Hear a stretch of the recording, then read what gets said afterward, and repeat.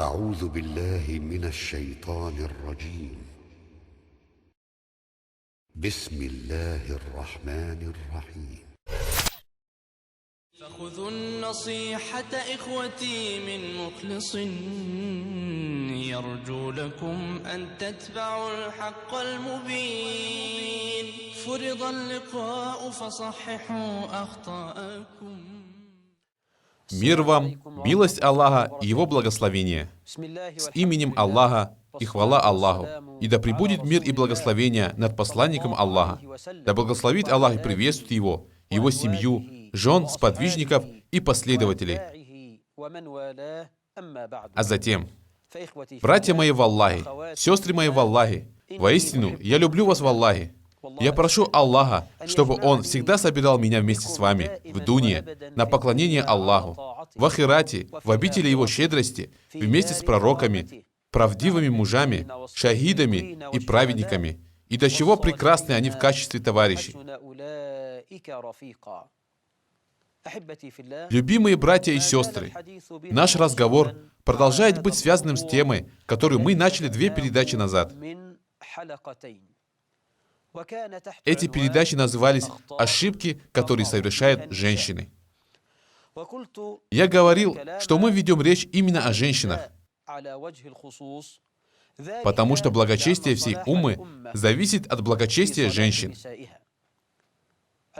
Мать — это тот человек, который производит мужчин и воспитывает героев. Когда в прошлом каждая женщина превращала свой дом в логовище, из которого на благо уммы выходили львы, мы имели ту славу, обладали достоинством, и наша умма занимала высокое положение. Когда же женщина отвлеклась на ничтожные дела, ослушалась своего Господа, поступила вопреки тому, что приказал ее пророк, саллиллаху алейхи вассалям, наши дома, к сожалению, превратились в загоны для скота, из которых выходят лишь домашние птицы. От таких женщин получается только куры, кроме тех, кого Аллах помиловал из числа этих женщин и из нас. Ошибки, которые совершают женщины. На прошлой встрече я говорил об ошибках, которые случаются в семейной жизни. Есть много ошибок. Сначала я сказал, что к ним относится нежелание женщины выходить замуж под предлогом окончания учебы или обеспечения своего будущего. Многие сестры откладывают замужество, находя ничтожнейшие отговорки и оправдания. Она оттягивает брак. Когда я получу степень бакалавра, то выйду замуж, а потом мне надо будет готовиться на магистра. Когда я закончу докторатуру, то начну обеспечивать свое будущее. Буду делать то и это. Я должна самореализоваться. Время идет, оно ускользает из-под ее ног, и я скажу ей: сестра моя в Аллахе, сейчас ты молода, красива, востребована, но я боюсь, что завтра ты захочешь выйти замуж, но не найдешь никого, кто захочет на тебе жениться. Второе. Попустительство в выборе мужа. Наша благословенная сестра проявляет излишнюю уступчивость при выборе мужа. Она не обращает внимания на его религиозность и нрав. Ее поражает миловидность жениха, его красота. Ей нравится модель его машины, его богатая большая квартира, его большой счет в банке. Уважаемая сестра, пророк, мир ему благословение Аллаха, сказал в хадисе, приведенном от Тирмизи и Абу Дауда. И это хороший хадис, как об этом сказали ученые. Если к вам придет тот, чьей религией и нравом вы довольны, жените его. Если же вы этого не сделаете, наступит фитна, смута и большой разврат. Третье. К ошибкам наших сестер в этой сфере относятся чрезмерные качества, которыми обязательно должен обладать рыцарь их мечты. Она скажет тебе: нет, этот мне не нравится. Почему? Он немножко смуглый. Другой человек, который пришел свататься после него, мне не нравится. Почему? У него немножко большие уши. И тот, кто приходил после него, не в моем вкусе. Почему? Он немножко мелкий. Хорошо. Так за кого ты хочешь выйти замуж? Она выставляет удивительные условия и качества. Они называются «рыцарь моей мечты». Рыцарь мечты. Мечты. Такой человек, дочь моя, бывает только в мечтах. Дочь моя, если к тебе пришел юноша, у которого есть религиозность и благой нрав, если у него приемлемый внешний вид, это клад. Хватай его, пока его не присвоили другие. Если к вам придет тот, чьей религией и нравом вы довольны, жените его. Этот хадис привели от Тирмизи и Ибн Маджа, а не Абу Дауд, извиняюсь. Его привели от Тирмизи и Ибн Маджа. И это хороший хасан хадис. Третье или четвертое. Завышение цен на махр и чрезмерность требования для свадьбы. Слишком высокие цены.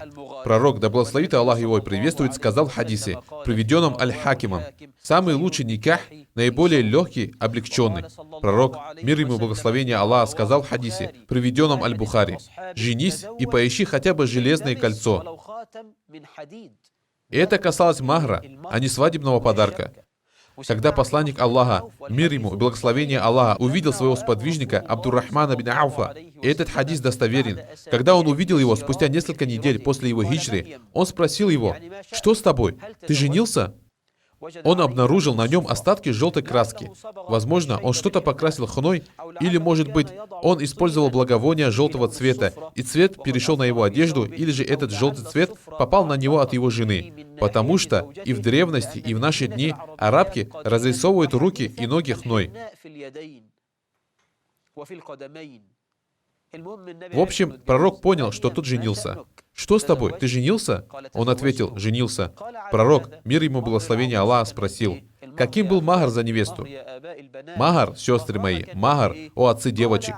«Каким был махар? Какая его цена?» Он ответил, «Золото размером с косточку».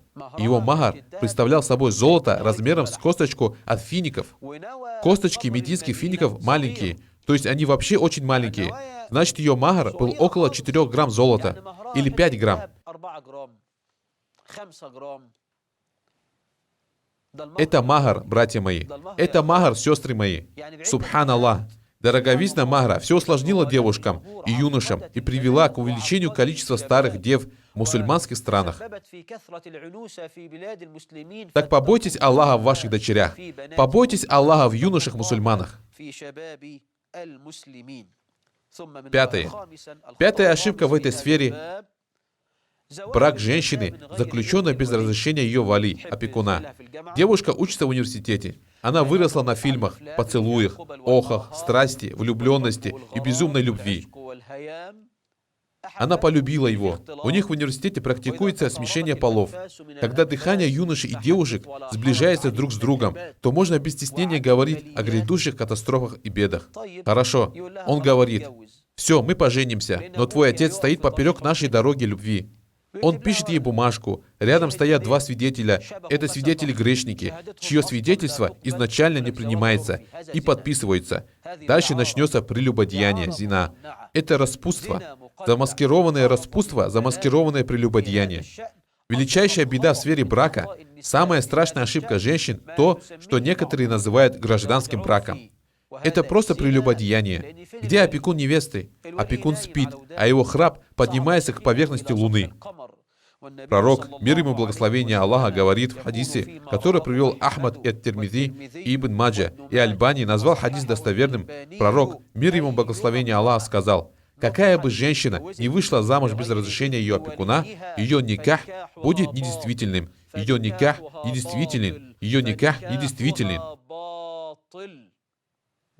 Это слова пророка, мир ему и благословение Аллаха. Дочь моя, тот, кто хочет жениться, стучится в дверь вашего дома, садится и говорит с твоим отцом. Твой отец требует от него такой-то и такой-то махр, организовывает свадьбу, приглашает людей. Он гордится тобой, и ты гордишься им. Это свет, а не летучие мыши в темноте. Это брак. Кто же посмеялся над тобой, о дочь ислама? Шестое. К ошибкам женщин относятся ошибки на свадьбах, когда жених одевает невесте обручальное кольцо. Я уже подробно об этом говорил. Седьмое. Это уединение с посторонним мужчиной, не махрамом. Женщина дома одна, к ней пришел деверь и стучится в дверь. Она говорит, пожалуйста, заходи, садись. Это харам. Я говорю ей, это харам. Такое уединение харам. Запрещено.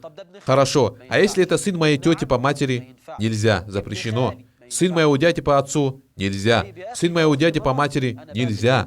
Хорошо, брат. Это сестра моей жены. Я один мужчина в доме, пришла сестра жены. Можно впустить? Нельзя, потому что это тоже уединение. Это тетя по матери моей жены. Нет, нельзя. Это тетя по отцу моей жены. Нельзя. Пока ты в доме один, пускать ее нельзя. Харам. Аль-Бухари привел в своем сахихе хадис от Ибн Аббаса, пусть Аллах будет доволен ими обоими, что посланник Аллаха, мир ему благословение Аллаха, сказал: пусть никто не остается наедине с посторонней ему женщиной, и пусть женщина не отправляется в путешествие без махрама. Один человек из ансаров встал и сказал: о посланник Аллаха, меня определили в участие в таком-то газавате, а моя жена вышла и отправилась в хадж. Он сказал ему: иди и сделай хадж с твоей женой. 8. К ошибкам женщин в этой сфере относится путешествие без махрама. Путешествие без махрама. Это недопустимо даже для того, чтобы совершить обязательный хадж, согласно наиболее правильному мнению ученых. Она старая, никто на нее не позарится, дорога безопасная. Брат мой, все, что упало, кто-то поднимет. Брат мой, слова пророка, и с ней солнце по полудню. Он сказал: пусть женщина не путешествует без махрама. Во время путешествия могут возникнуть какие-то препятствия и затруднения. Самолет может задержаться на 10 часов.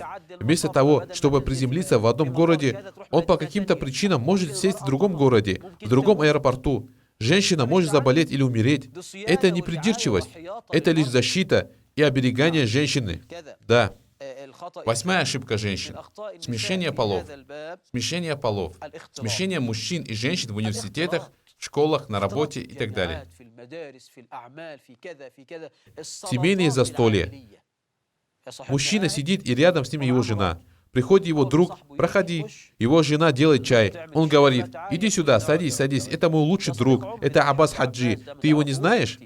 И они сидят вместе. Такие застолья харам. Даже если это женщина в никабе. Брат мой, ухо иногда влюбляется раньше, чем глаз. Так делать нельзя. Пророк, мир ему благословение Аллаха, считал близость мужчин к женщинам, к друг другу во время совершения намаза злом. Так что можно сказать о том, что происходит не в намазе? Посланник Аллаха, мир ему благословение Аллаха, сказал, и тот хадис приводится у Муслима: лучшие ряды для мужчин первые, а худшие ряды последние. Лучшие же ряды для женщин последние, а худшие первые. Мужчины и женщины тогда совершали намаз друг за другом. Последний мужской ряд находился близко от первого женского ряда. Пророк посчитал эту близость даже во время намаза злом. В мечети также была дверь только для женщин. Когда пророк, мир ему благословение Аллаха, давал таслим в намазе, и намаз заканчивался, женщины быстро уходили. Мужчины же не торопились выходить, чтобы дать возможность женщинам спокойно уйти.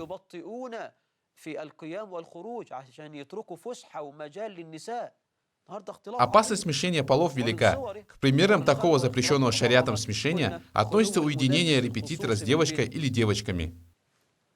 Уединение врача-мужчины с женщиной-врачом, медсестрой или пациенткой. Или когда женщина разрешает войти в дом своим двоюродным братьям, когда дома находится она одна. Все это недопустимо. 9. К ошибкам сестер в этой сфере относится попирание прав мужа.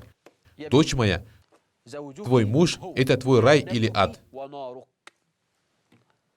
Каждая замужняя женщина должна знать, что человек, который имеет на нее больше всего прав после пророка Мухаммада, мир ему благословение Аллаха, это ее муж. Дочь моя, после замужества больше всего прав на тебя имеет не твой отец, а твой муж. Твой муж. Твой муж – это твой рай и ад. Так пророк, мир ему благословение Аллаха, сказал тете нашего господина Мехсана, да будет доволен им Аллах: твой муж – это твой рай или ад. У него есть право на тебя. Им соответствуют его обязанности, правильно. Права мужа на тебя, чтобы ты подчинялась ему в благом, чтобы ты украшалась для него, хранила его честь в себе, в своем имуществе и детях, в его имуществе. Ан-Насаи, Ахмад, Аль-Хаким привели хадис, который считается достоверным по условиям Муслима. От Абу Хурейры, да будет доволен им Аллах, передается, что пророка, мир ему благословения Аллаха, спросили, какая из женщин лучшая, то есть лучшая ли та, которая знает наизусть весь Коран, или та, которая выстаивает в намазе ночи и держит уразу днем. Нет сомнения, что женщина, которая делает это, одна из лучших. Но что нам делать с женщиной, которая знает наизусть весь Коран, но проявляет строптивость с мужем? Знает наизусть весь Коран, но пренебрегает делами ее мужа и детей, правами ее мужа. Такая женщина изначально не следует Корану. Какая из женщин лучшая? Он ответил, та, которая радует мужа, когда он посмотрит на нее. Когда он глядит на нее, то радуется. Ее язык источает сотовый мед. Она встречает его с улыбкой, а провожает с дуа. Она не утруждает его чем-то, чего он не в состоянии сделать. Эта женщина не злословит и не сплетничает, никого не проклинает и не ругается. Она не порочная и не непристойная. Она всегда говорит то, что его радует. Если он посмотрит на нее, то обрадуется. Он испытает удовольствие. Эта женщина не распускает себя и следит за собой. Она встречает мужа, приукрашиваясь для него. Она надевает красивую одежду, а на лице у нее улыбка. Глаза подвела сюрьмой, на щеки наложила чуть-чуть макияжа, привела в порядок свои волосы, надушилась перед встречей со своим мужем. Это красивая женщина. Она радует его взор. Она не относится к своему виду небрежно. Она не встречает его постоянно в пропитавшейся луковым супом одежде, повязанной головой и таким ужасным запахом пота, что даже если Иблис учует его, то скажет «Аузу билляхи мина шайтанир раджим». Нет, дорогая сестра, такова праведная жена. Когда муж посмотрит на нее, она обрадует его. Это та, которая радует его, когда он посмотрит на нее и повинуется ему, когда он что-то прикажет ей. Пока твой муж приказывает тебе что-то хорошее, не проявляй строптивости, не перечь ему. Слушай его и повинуйся. Знай, что сила женщины в ее слабости. Если бы Аллах не почтил меня замужеством за тобой, я не знаю, что бы я и делала. Ты все мое благо и весь мой баракат. Говори так своему мужу. Ты для меня лучше, чем Антара бин Шаддад. Ты. Это твоя слабость, главная причина твоей силы. Когда же идет прямое противостояние, сделай, женщина, не сделаю. Не делай. Нет, сделаю. Так не надо. Семейная жизнь, дочь моя, это компания, и право управления ею принадлежит мужу. Так сделал наш Господь. Всевышний Аллах сказал, мужчины являются попечителями женщин, потому что Аллах дал одним из них преимущество перед другими, и потому что они расходуют из своего имущества. Также Аллах сказал, мужья выше их по положению. Пророк, мир ему благословение Аллаха, сказал, та, которая радует мужа, когда он смотрит на нее, повинуется ему, когда он что-нибудь велит ей, и не противоречит мужу, если ему что-то не нравится в ней самой, или в том, как она расходует свое имущество. 10. К ошибкам наших сестер в этой сфере относится отказ от супружеской близости без оправдания. Харам. Это один из больших грехов, кабаир, потому что он заслуживает проклятия ангелов. Аль-Бухари и Муслим привели в своих сахихах, что посланник Аллаха, мир ему благословение Аллаха, сказал, если муж позовет свою жену в свою постель, но она не придет, и он проведет ночь, гневаясь на нее, ангелы будут проклинать ее, пока не наступит утро. Ибн Маджа, Ахмад, Аль-Хаким привели. Сестра оправдывается. Ну я тут стираю, у меня тесто в руках, у меня еда в духовке готовится. Послушай, Ибн Маджа, Ахмад и Аль-Хаким привели хадис, который шейх Аль-Альбани назвал достоверным. Посланник Аллаха, мир ему благословение Аллаха, сказал, клянусь тем, чьей длани душа Мухаммада. Пророк нуждается в том, чтобы клясться нам. Он и так всегда говорит правду. Он клянется, чтобы подтвердить сказанное, потому что эти слова очень важные и опасные. Клянусь тем, чьей длани душа Мухаммада. Женщина не выполнит права своего Господа, пока не исполнит права своего мужа. Даже если он призовет ее для совершения полового акта, когда она находится на спине верблюда, она не должна ему отказать. Когда она на спине верблюда. В этих словах, конечно, есть преувеличение. Они означают, что она не должна отказывать мужу под каким-либо предлогом. Мужчина может увидеть на улице огонь, испытание, узреть горе, трагедию. Ты его крепость и твердыня. Так не сопротивляйся ему, да благословит тебя Аллах. Это все не значит, что мужчина должен превратиться во что-то неодушевленное, что не чувствует и не входит в положение жены. Нет. Мужчина также не должен оставлять желание жены без внимания. Он тоже должен следить за обстоятельствами и ситуациями. Также ислам запретил мужчине бить свою жену или стягать ее так, как стигает раба, после чего в конце ночи приставать к ней. Харам. Аль-Бухари привел в своем сахихе хадис, что посланник Аллаха, мир ему и благословение Аллаха, сказал: «Пусть никто из вас не стигает свою жену, как раба, а в конце дня совершает с ней половое сношение». 11. К ошибкам наших сестер в сфере супружеских отношений относится добровольное держание уразы без разрешения мужа. Жена также может держать добровольную дополнительную уразу, и вдруг ее муж ее возжелает, а она отказывает ему, потому что держит уразу. Нет, дочь моя, нельзя держать добровольную уразу, когда муж находится с тобой, живет с тобой, кроме как с его позволения. Если он уехал в Кувейт, в Саудовскую Аравию, в Мозамбик, в любую другую страну, тогда ладно. Но если он сидит с тобой, ты можешь держать дополнительную уразу только с его разрешения. Я говорю о дополнительной и добровольной уразе. В Рамадан его разрешение не требуется. Какой уразе я говорю? О дополнительной. Изначально ты должна держать уразу только с его разрешения. Хорошо, вот ты держишь уразу без его разрешения, и он позвал тебя к себе днем. Ты не должна ему отказать. Ты не имеешь права противиться. Религия говорит тебе: прерви пост. Посланник Аллаха, мир ему, благословение Аллаха, сказал, и это достоверный хадис: недозволено, то есть харам. Недозволено, то есть харам. Недозволено женщине держать дополнительный пост в присутствии своего мужа, кроме как с его разрешения. Кроме как с его разрешения. Она также не должна никому разрешать входить в ее дом, кроме как с его разрешения. Хорошо, шейх, я сказала мужу, что буду держать уразу завтра, в понедельник или в четверг, или в день Ашура. Это дополнительная ураза. И он разрешил мне. Потом он подозвал меня к себе днем. Нужно ли мне ему подчиниться? Нет. Если он с самого начала разрешил тебе держать уразу, теперь он не имеет права ни о чем таком тебя просить. 12 или 13. Одна из ошибок наших сестер в этой сфере, когда женщина разрешает войти в дом ее мужа тому, кто не нравится мужу. Я сказал тебе, пусть твоя сестра не входит в мой дом. Почему? А вот так.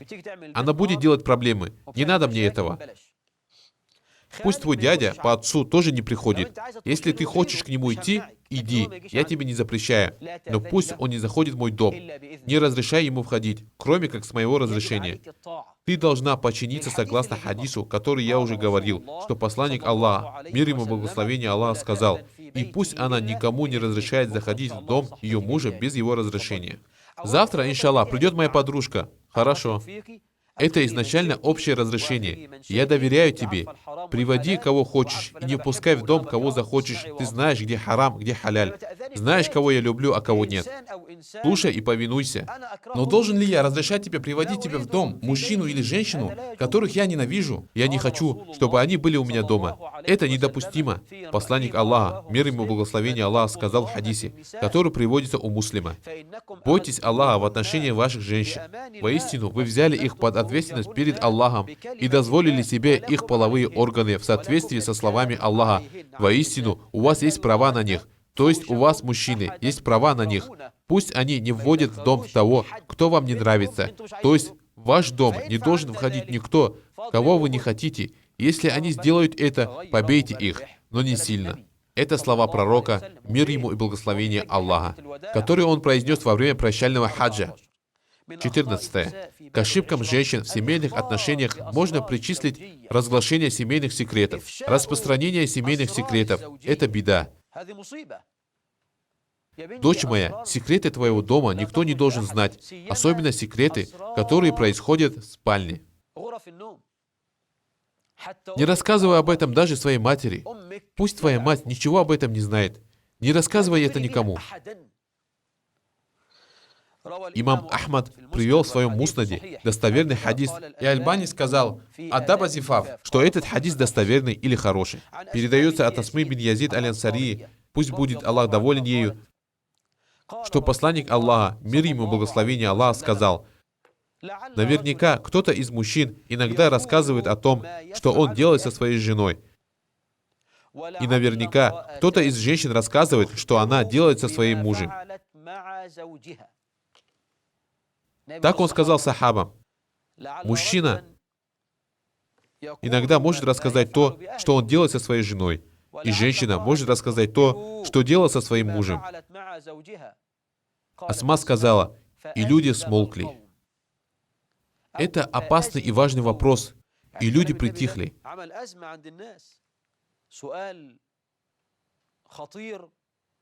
Мужчины так делают, и женщины тоже так делают, кроме тех, кого помиловал Аллах. Асма сказала: «Да, клянусь Аллахом, о посланник Аллаха, ты прав.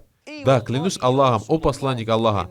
И женщины, и мужчины поступают таким образом. Клянусь Аллахом, есть такие мужчины, которые это рассказывают, и есть женщины, которые об этом рассказывают. Конечно, мужчина, который это делает, он не остается более мужчиной. И женщина, которая это сделает, после этого уже не будет уважаемой женщиной». Асма сказала: «Да, клянусь Аллахом, о посланник Аллаха. И женщины, и мужчины поступают таким образом». Он сказал: «Не делайте этого. Воистину, это подобно тому, как шайтан встречает шайтану на дороге и вступает с ней в половой акт на глазах у людей».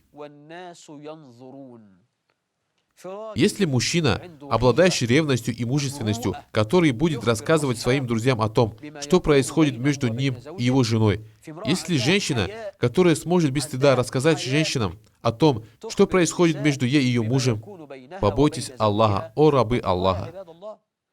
Сколько семей было разрушено по причине попустительства в этом вопросе. Я скажу, что иногда ухо влюбляется еще до глаза.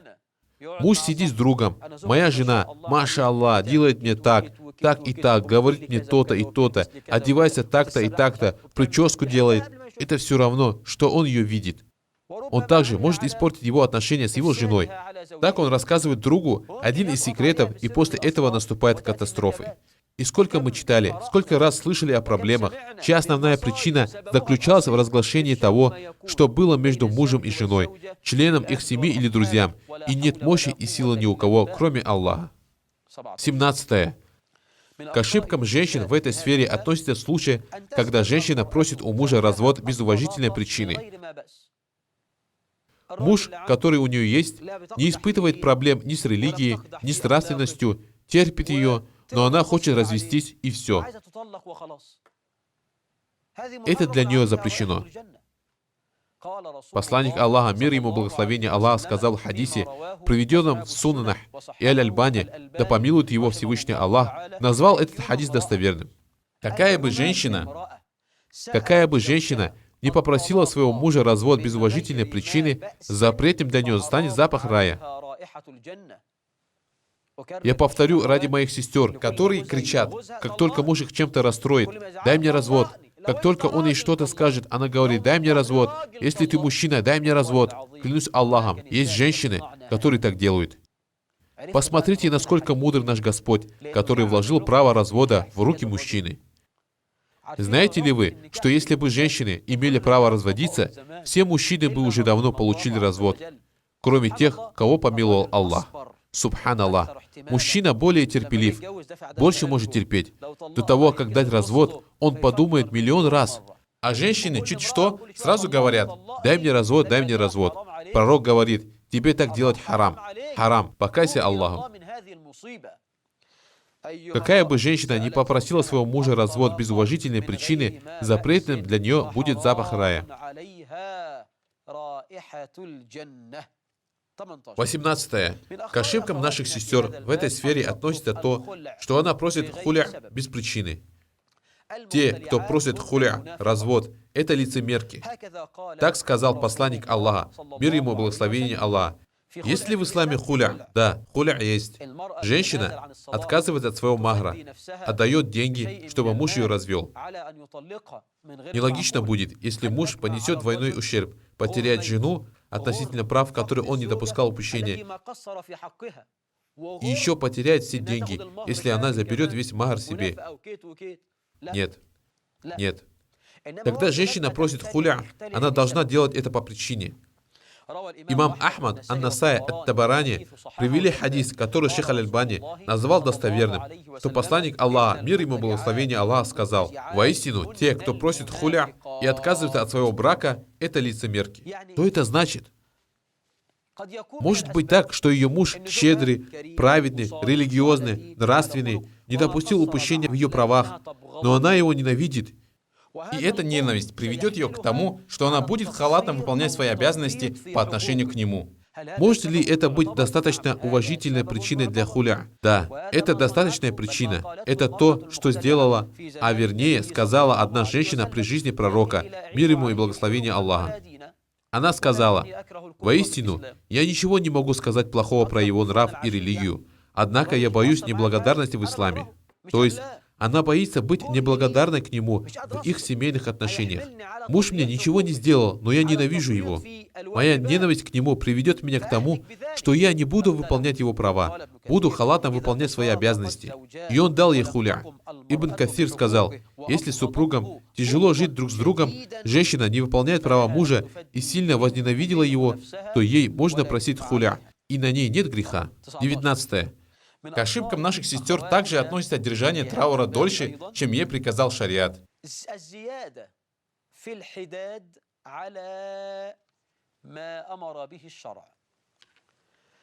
Если у женщины умер отец, дядя по матери, дядя по отцу, сын или брат, сколько она должна держать по нему траур? 3 дня всего лишь. Или даже 3 ночи, как говорится в хадисе. Только 3 ночи. Потом траур кончается. Хорошо, если у нее умер муж, то ее траур по нему будет составлять 4 месяца и 10 дней. Но ты можешь видеть, как у женщины умер отец. Она надевает все черное, вся скорбит, не желает видеть мужа и сидит у себя дома в трауре целый год. Это харам, о раба Аллаха. Мы говорили, что к ошибкам наших сестер в вопросе супружеских отношений относится просьба развода без веской причины или просьба хуля без шариатской причины. Траур. Если у сестры умер кто-то помимо мужа, она не должна держать траур больше, чем 3 ночи. Что это значит? Что значит траур? Это значит, что она должна выходить из дома только по необходимости. Если ее муж умер, что она должна делать? Она не должна украшать свою одежду. Не обязательно носить именно черную одежду, но это должна быть одежда безо всяких украшений. Она не надевает красивую одежду, не носит украшений, не наносит на глаза сурьму, даже из лечебных целей, не выходит из своего дома, кроме как при необходимости. Таково значение траура. Так она себя ведет. Если умер муж, траур длится 4 месяца и 10 дней. Если умер кто-либо, кроме мужа, траур длится 3 ночи. Так как пророк, мир ему благословение Аллаха, сказал в хадисе, приведенном Аль-Бухари и Муслимом: недозволено женщине, верующей в Аллаха и в судный день, держать траур по покойнику больше, чем 3 ночи, кроме как по мужу, 4 месяца и 10 дней. 20. К ошибкам сестер в этой сфере относится то, что она берет из имущества своего мужа или раздает его деньги своим родственникам, нанося вред имуществу своего мужа. Или же она берет его деньги и тратит их без меры, хотя ее муж и крайне щедрый человек. Это не дозволено тебе, пока твой муж выполняет все свои обязанности по твоему содержанию. Он тебя хорошо кормит, хорошо одевает, ты живешь достойной жизнью. Нельзя без его ведома брать его деньги или откладывать их в копилку. Это нельзя. Должно быть его разрешение на это. Да, если он жадный человек, ты можешь брать у него деньги и тратить их на твой дом и детей. Сколько принято? Как в хадисе Хинд, жены Абу Суфьяна, когда она сказала: «О посланник Аллаха, воистину Абу Суфьян жадный человек. Можно ли мне взять с его денег?»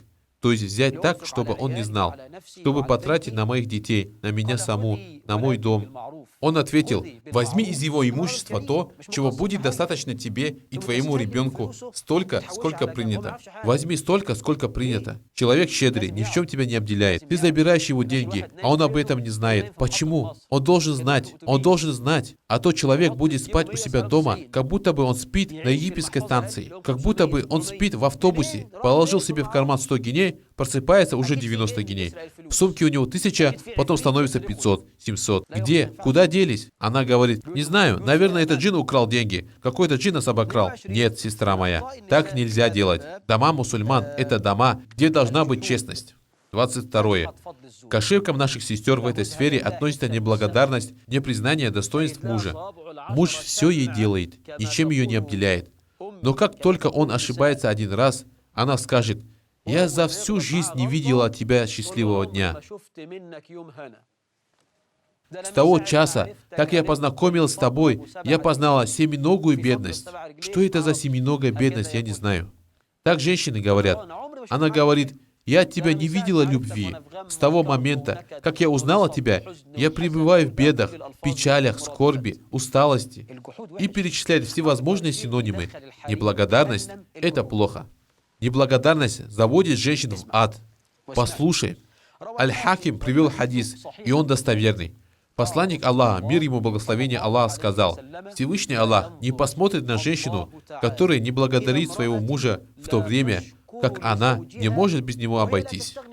Дочь моя, ты говоришь, что не знала с ним счастья, что он надоел тебе и утомил тебя. И куда же ты пойдешь? Ты же не можешь без него обойтись. Почему же ты не проявляешь к нему благодарность? Это не признание его добра, не благодарность. Неблагодарность – это плохо». Аль-Бухари и Муслим привели в своих сахихах хадис от Абу Саида Аль-Худри, да будет доволен им Аллах, который сказал, что посланник Аллаха, мир ему и благословение Аллаха, сказал: «О собрание женщин, давайте садаку. Воистину мне был показан ад, и оказалось, что большинство из его обитателей – женщины, проявлявшие неблагодарность. Одна женщина с загорелыми щеками встала и спросила: «Почему, о посланник Аллаха?» Или «Из-за чего, о посланник Аллаха?» Как говорится в другом риваяте. «Из-за чего, о посланник Аллаха?» Он ответил: «Потому что женщины проявляют куфр, неблагодарность». Она спросила: «Куфр в Аллаха?» Он сказал: «Они проявляют неблагодарность по отношению к своим мужьям».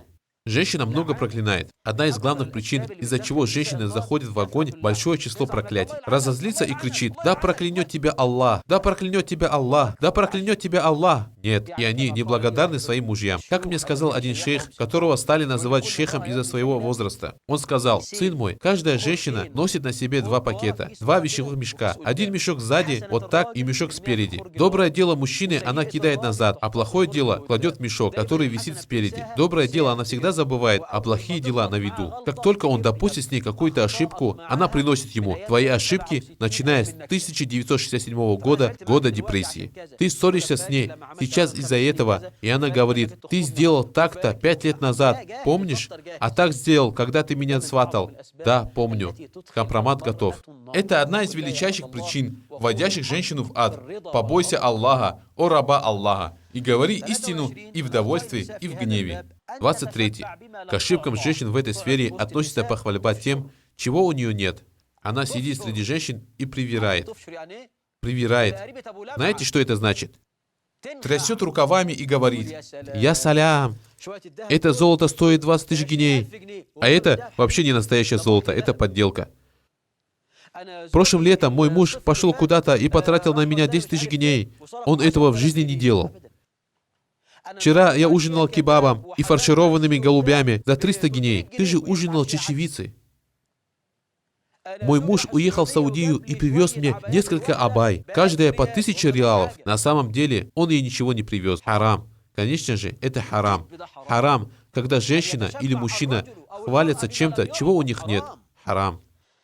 Аль-Бухари и Муслим привели в своих сахихах хадис от Асмы, да будет доволен ею Аллах, которая сказала: «Одна женщина пришла к пророку, мир ему и благословение Аллаха, и сказала: «Воистину, у меня есть дурра, то есть женщина, на которой женился ее муж. Будет ли на меня грех, если я буду хвалиться имуществом моего мужа перед ней, который он мне не дал?» Женщина была хитрая и хотела строить козни, хотела рассердить вторую жену своего мужа, говоря, что их муж что-то ей дал, хотя на самом деле он ей этого не давал. И вот женщина говорит пророку: «Воистину, у меня есть дурра. Будет ли на мне грех, если я буду перед ней хвалиться имуществом моего мужа, которое он мне не дал? Скажу, что он дал мне то-то и то-то, хотя на самом деле он мне ничего не давал». Он ответил: «Слушай внимательно». Он сказал: «Тот, кто хвалится тем, чего у него нет, подобен человеку, который надел 2 фальшивые одежды». Не надо этих козней, горделивости, самолюбования, тщеславия, высокомерия перед людьми, когда кто-то приписывает себе то, что у него нет. Каждый должен знать свое настоящее место. Тот, кто хвалится тем, чего у него нет, подобен человеку, который надел 2 фальшивые одежды. Наконец, к ошибкам женщин в этой сфере относится случай, когда жена описывает своему мужу другую женщину, так, будто бы муж смотрит на нее. Это большая катастрофа, величайшее бедствие. Жена сидит со своим мужем и говорит: «Я сидела с такой-то нашей соседкой. Она покрасила волосы в желтый цвет». Так он узнает, что у нее желтые волосы. И вот жена это рассказывает. Пошла в салон, наложила крем, потому что смуглая. Так он узнает, что она смуглая. с желтыми волосами, высокая и так далее и тому подобное. Как будто бы она перед ним сидит. Его сердце привязывается к ней, если он один из нечестивцев. И подобные вещи он будет слушать, только если он нечестивец. Побойся Аллаха, о раба Аллаха. Побойся Аллаха в своей религии. Харам. Аль-Бухари привел в своем сахихе хадис от Ибн Мас'уда, да будет доволен им Аллах, который сказал, что посланник Аллаха, мир ему и благословение Аллаха, сказал: пусть ни одна женщина не общается с другой женщиной, а потом описывает ее своему мужу, как будто бы он смотрит на нее. Харам. Также к ошибкам наших сестер в этом вопросе относится ограничение рождаемости. Рождение малого количества детей без оправдания.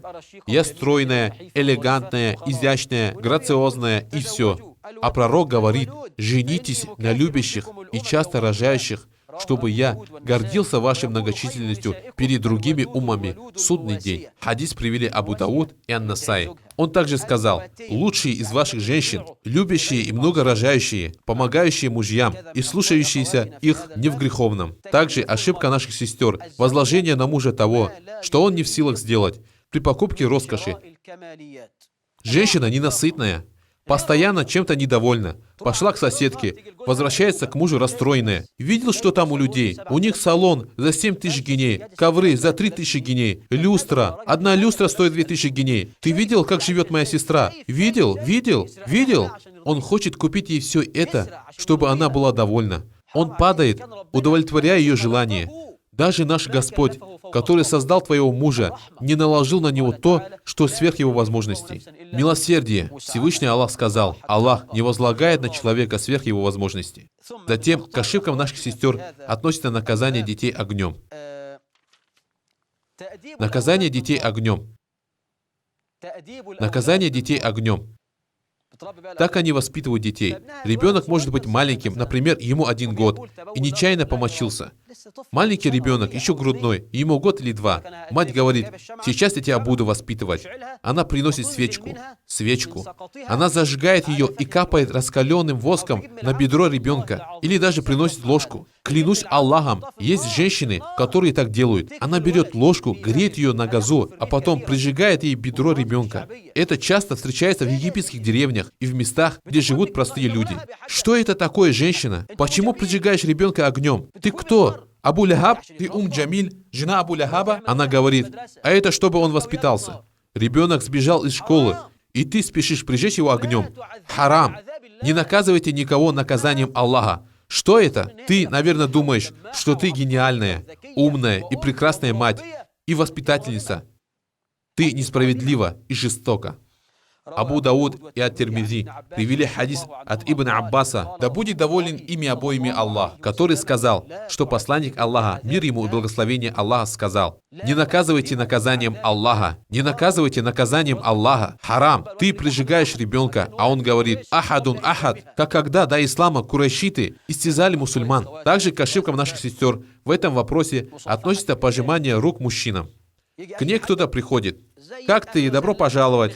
Сын ее дяди по отцу, сын ее дяди по матери. В деревне она может даже целоваться с ними. Клянусь Аллахом, такое случается. Все это харам. Посланник Аллаха, мир ему, благословение Аллаха, сказал в хадисе, который привел Аль-Бухари: воистину, я не пожимаю руки женщинам. Она скажет: это чисто для пророка. Нет, не только для пророка, потому что пророк, мир ему и благословение Аллаха, сказал в хадисе, приведенном от Табарани, с хорошим иснадом, а также Аль-Байхаки: человеку будет лучше проткнуть голову железной иглой, чем дотронуться до женщины, которая ему не разрешена. Да у меня невинное чистое сердце. Хорошо, у тебя более чистое сердце, чем у пророка Мухаммада. Твое сердце белее, чем сердца Айши и Хафсы. Наш Господь сказал сахабам: если вы просите у них, жен пророка, какую-либо утварь, то просите у них через завесу. Также пожимание рук предполагает собой смешение полов. Так нельзя, дочь моя. Харам. Пророк сказал: харам. Ну, вообще-то, мой деверь рассердится. Пусть сердится. Он сердится, или Аллах будет гневаться на него. Человеку лучше проткнуть голову железной иглой, чем дотронуться до женщины, которая ему не разрешена. Также к ошибкам наших сестер относится лечение у врачей мужчин без необходимости. Женщина-мусульманка заболела. К кому она пойдет? К женщине-мусульманке. Нету такой. К врачу женщины, даже если она не мусульманка. Нету такой. Тогда к врачу-мусульманину. То есть, женщина не должна ходить к врачу-мужчине с самого начала. Она должна идти к нему лишь при необходимости. Необходимость делать разрешенным запрещенное. Другая ошибка сестер. Выход женщины на работу. Когда должна работать женщина? Она должна работать, если она нуждается в работе. Никто ее не содержит. Или она работает, если работа нуждается в ней, при условии, что ее работа будет халяльной, и чтобы она ходила на нее, соблюдая все шариатские правила и положения. Я должна самореализоваться, должна достать денег. Да сиди дома, оставайтесь в своих домах, не наряжайтесь так, как наряжались во времена первого невежества. Я все сказал, и я прошу прощения у Всевышнего Аллаха, и для себя, и для вас. Мир вам, милость Аллаха и Его благословение.